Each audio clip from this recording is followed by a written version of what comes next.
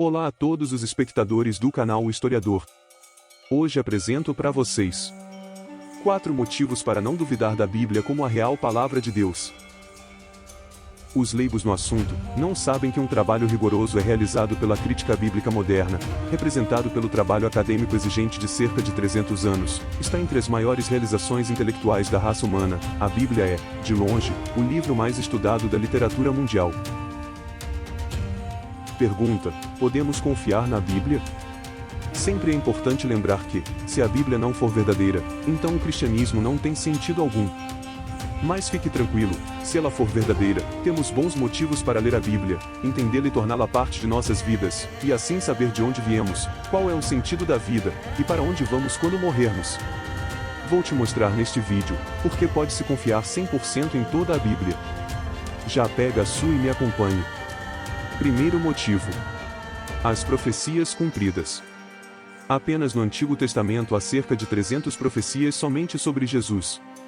Vou apresentar alguns exemplos como o nascimento de Jesus, onde sua mãe seria virgem, que lemos em Isaías 7:14. O local exato de seu nascimento, em Miqueias 5:2, e a jornada para Jerusalém em Zacarias 9:9. Todas elas se tornaram realidade, apesar de terem sido escritas séculos antes de acontecer.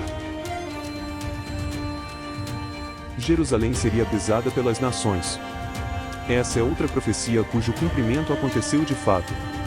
O próprio Jesus prevê o cerco de Jerusalém em Lucas 21:20, o que aconteceu mais tarde, cerca do ano 70 depois de Cristo. Segundo motivo para você ler e crer na Bíblia Sagrada: os manuscritos. Durante muitos anos foram encontrados muitas cópias e manuscritos e juntas elas provam a precisão e a verdade da Bíblia. Tenho como exemplo: os pergaminhos do Mar Morto foram descobertos em 1947 e provaram a exatidão com o texto hebraico, em que todos os livros do Antigo Testamento estavam lá e corretos. Os manuscritos do Mar Morto tinham entre 130 anos antes de Jesus a cerca de 68 depois dele. Dentre eles, todo o livro de Isaías, por exemplo, foi datado ainda mais antigo, cerca de 175 antes de Jesus. Então sabemos que todo o Antigo Testamento já existia no tempo de Jesus. Um exemplo do Novo Testamento. Os textos do Novo Testamento também provam que podemos confiar na Bíblia. Existem cerca de 5.488 textos gregos antigos do Novo Testamento e 50 deles são completos. Além disso, há muitos livros completos da Bíblia. O livro do Apocalipse, por exemplo, tem o menor número de cópias completas. E adivinha quantos são? São 300 cópias. E todas como textos extremamente antigos. Terceiro motivo: a arqueologia prova que podemos confiar na Bíblia. Vou mencionar algumas provas para vocês. A Pedra de Pilatos é uma delas. Muitas pessoas dizem que Pôncio Pilatos, o rei que deu a decisão sobre a crucificação de Jesus, basicamente nunca existiu. Mas então eles descobriram a Pedra de Pilatos em 1961. É um bloco de pedra danificado que menciona Pôncio Pilatos, prefeito da província romana da Judéia, de 26 a 36 d.C. Rei Belsazar. As inscrições dos reis da Síria, Assíria, Egito e Babilônia confirmam os escritos do Antigo Testamento. Um dos reis mencionado no livro de Daniel é o rei Belsazar, porém, em 1854 foi encontrado um pequeno cilindro que o próprio rei Nabonido tinha escrito. Então eles descobriram que Nabonido era, na verdade, o pai de Belsazar. E Belsazar governara como rei, quando seu pai, Nabonido, estava fora com seu exército. E é por isso que ele era rei na época. As inscrições de Davi. Os céticos dizem que Davi nunca existiu e que é apenas uma bela história, porém, como sempre, em 1993, foi descoberta uma pedra interessante que dizia: um rei de Israel da casa de Davi.